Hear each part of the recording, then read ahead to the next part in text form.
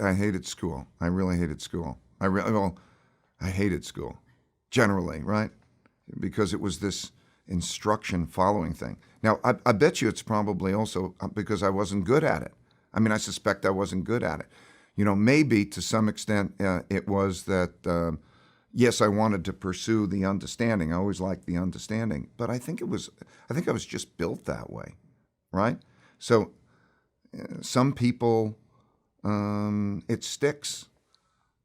And some people, like I've got a great conceptual memory and a terrible rote memory.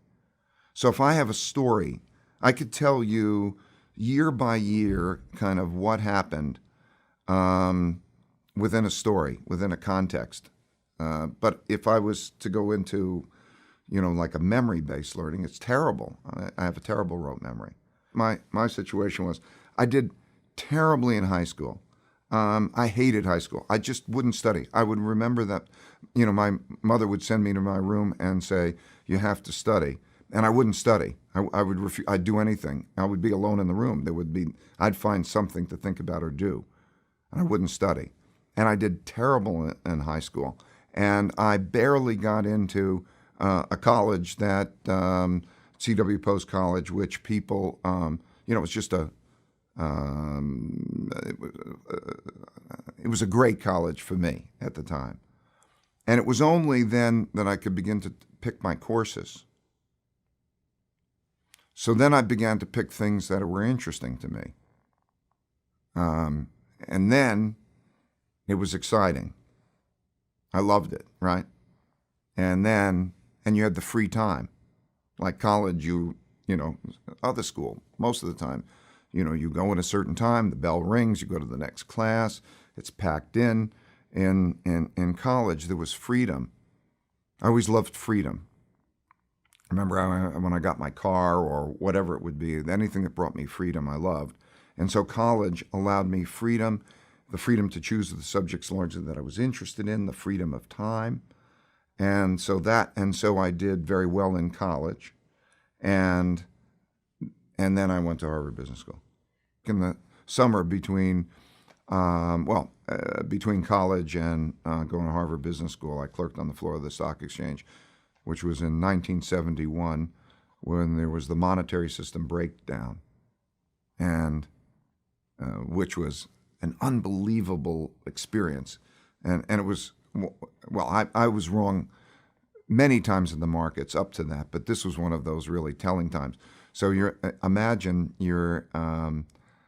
I watched it, followed developments day by day up until the breakdown. And what I was seeing is that the world financial system, money as we knew it, dollars, were not being accepted.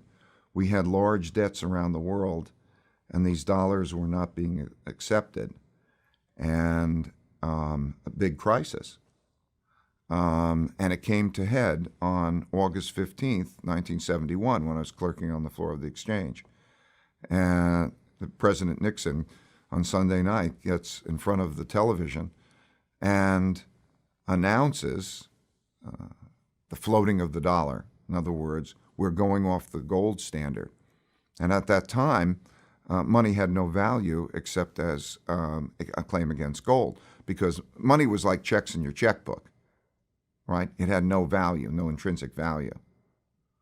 So now there was going to be the severing of the relationship. It's like now you can keep the checks, but you can't have the money that's in the bank. And so that, I figured, wow, what a shock. And I walked on to the floor of the New York Stock Exchange where I'm clerking, and I come there, and the stock market went up the most it ever went up in a long time, in many years. And that was the first time that happened. And I said, I wasn't prepared for the fact that this was a currency devaluation. People at the time, none of us, really understood the relationships because it never happened in our lifetimes before.